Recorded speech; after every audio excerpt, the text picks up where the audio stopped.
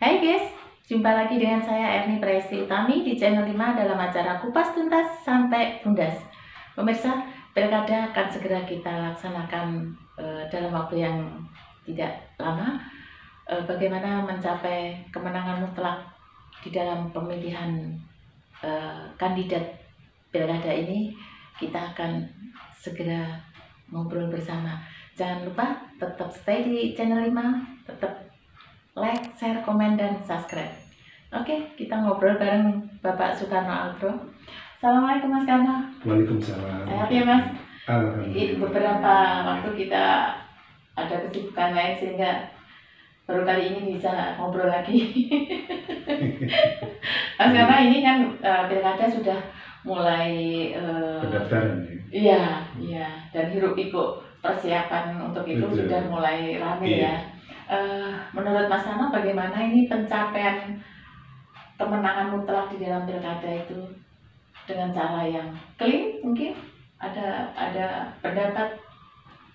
Iya.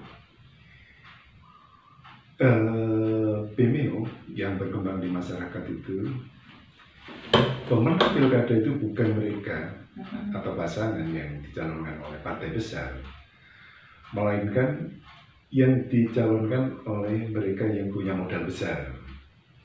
Artinya bahwa pilkada itu masih bukan adu kapasitas, bukan adu visi dan misi, bukan adu kepiawaian kandidat, melainkan masih adu siapa yang uangnya banyak, siapa yang modalnya besar.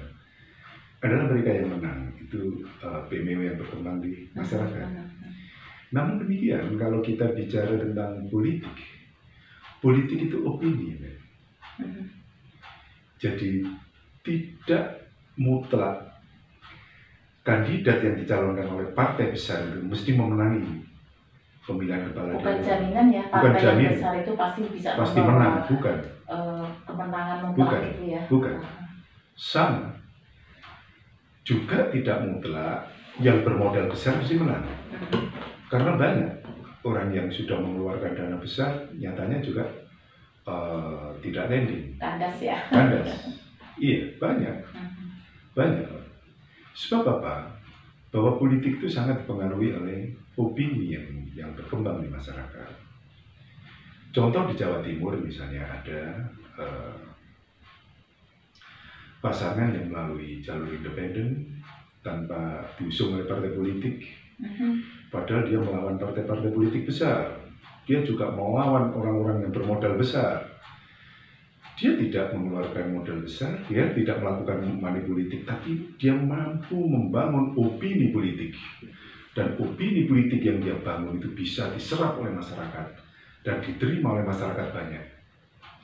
Dan terbukti dia memenangkan pilkada itu. Nah ini barangkali yang benar-benar berkualitas Mas, sehingga apa ya, di dalam melakukan otoda ini bisa clean, bisa pada sasaran gitu. Betul. Sebenarnya kalau di dalam pilkada itu seorang kandidat kepala daerah itu bisa menekan seminimal mungkin biaya yang dikeluarkan untuk pilkada, tentu dalam melaksanakan otonomi daerah dia akan lebih efektif dan efisien, sehingga dia tidak akan melakukan korupsi karena biaya yang dikeluarkan tidak terlalu tinggi. Nah, disinilah sebenarnya yang pentingnya membangun opini politik.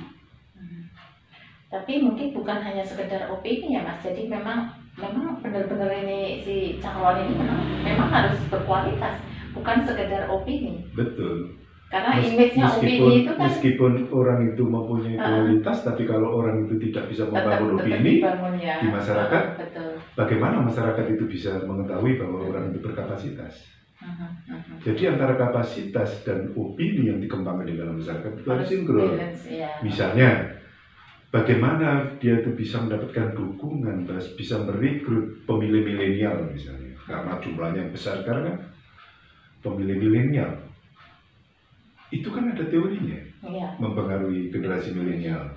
Apakah melalui gerakan ini, gerakan itu, dan sebagainya, itu kan salah satu contoh membangun opini.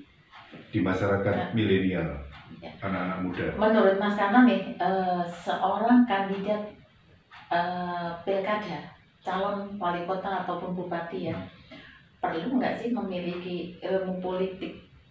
Karena selama ini yang saya amati itu mereka hanya yang yakin diusung oleh partai besar dan yang bermodal besar gitu, sehingga ilmu politiknya ini masih minim.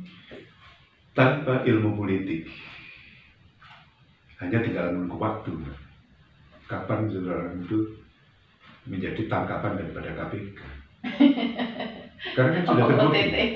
Banyak ya. Kan sudah terbukti. Iya. 15 tahun yang lalu, 10 tahun yang lalu, 5 tahun yang lalu itu semua menjadi korban OTT KPK. Bukan hanya di Mojokerto saja, dan hampir seluruh kota dan kabupaten di Jawa Timur.